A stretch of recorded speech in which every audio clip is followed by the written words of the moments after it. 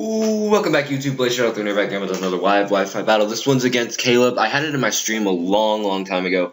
I'm clearing out my voice versus recorder again, so you are going to be seeing a lot much older battles with me.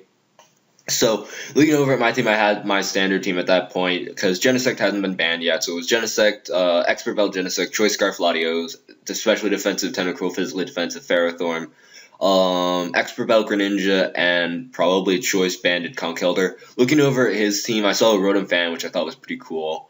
A Flygon, which I kind of assumed would be Scarfed. Mandibuzz, which is pretty standard. Granbull, which I didn't see a lot of, so that was pretty cool. And then a Mega Pinsir, so Mega Pinsir is always a threat.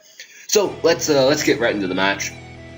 He's going to be issuing me a challenge, that's fine, it's cool, it's all dandy, it's what we're supposed to be doing, that's why we do Pokemon battles, for challenge. I'm going to be leading off with my Genesect, hoping to bluff the Scarf. I don't actually carry U-turn on this Genesect, because I don't like U-turn.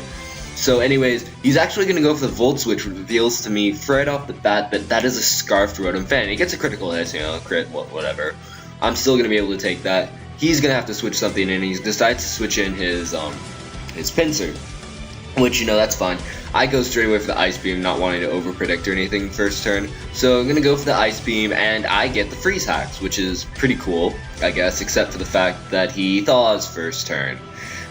First he Mega Evolves, which is kind of cool, because he Mega Evolves, he moves, and then he just gets frozen in place, because, well, he's frozen.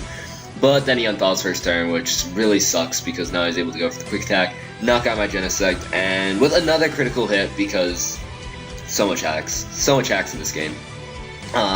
So I'm gonna go out of my Ferrothorn, because really it's the only thing I have to handle this Mega Pinsir at all. He's gonna go for the return, try and knock out my Ferrothorn, or at least do a lot of damage to it. It does around half, which is an insane amount for, I'm a physically defensive Ferrothorn. That's way too much.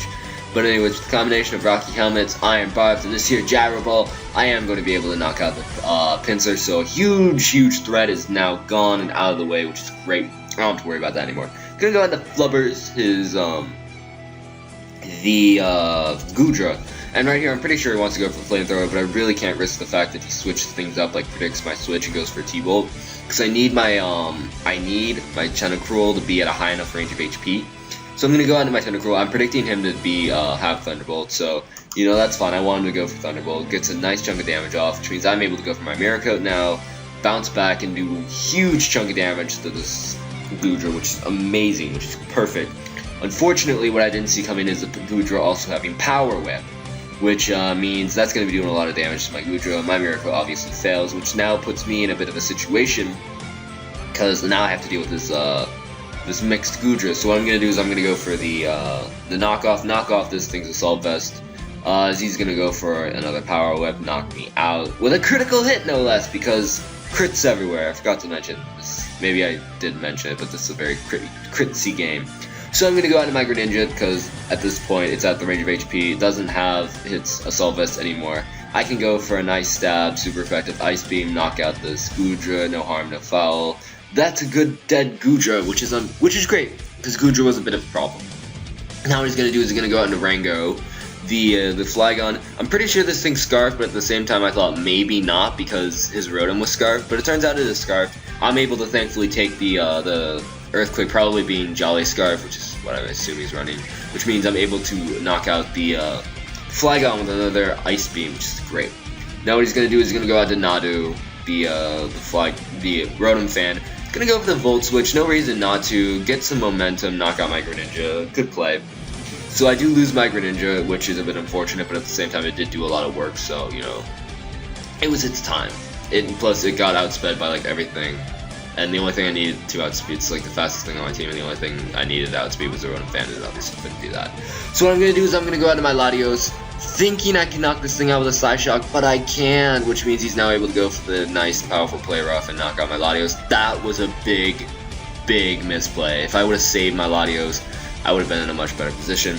What I should have done was I should have went out into my Conkeldurr, and I should have gone to the Ice Punch and knocked this thing out, because as you can see, an Ice Punch and a Psyshock was enough to knock out this the Granbull. So that misplay cost me the match, because the Nadu's Rotom Fan's going to come in, he's going to go for the Air Slash. That and the fact that he actually scores the flinch hacks, so the 30% flinch hacks. So that and the fact that I should have went to my Conkeldar first and then into my Latios, those two factors ended up causing me to lose the match, which was a bit unfortunate, but still, it was a pretty fun bit of hacks, but, you know, all the good matches apparently have hacks in them. So, you know, I hope you enjoyed the battle. I hope you enjoyed my narration. As always, my name is BlazeShadowthorn. Thank you for watching. And if you enjoyed, feel free to leave a like and a comment. I love seeing those, reading all your comments and replying to them. That's a lot of fun. So, you know, thanks for watching, and I'll see you all next time. Bye.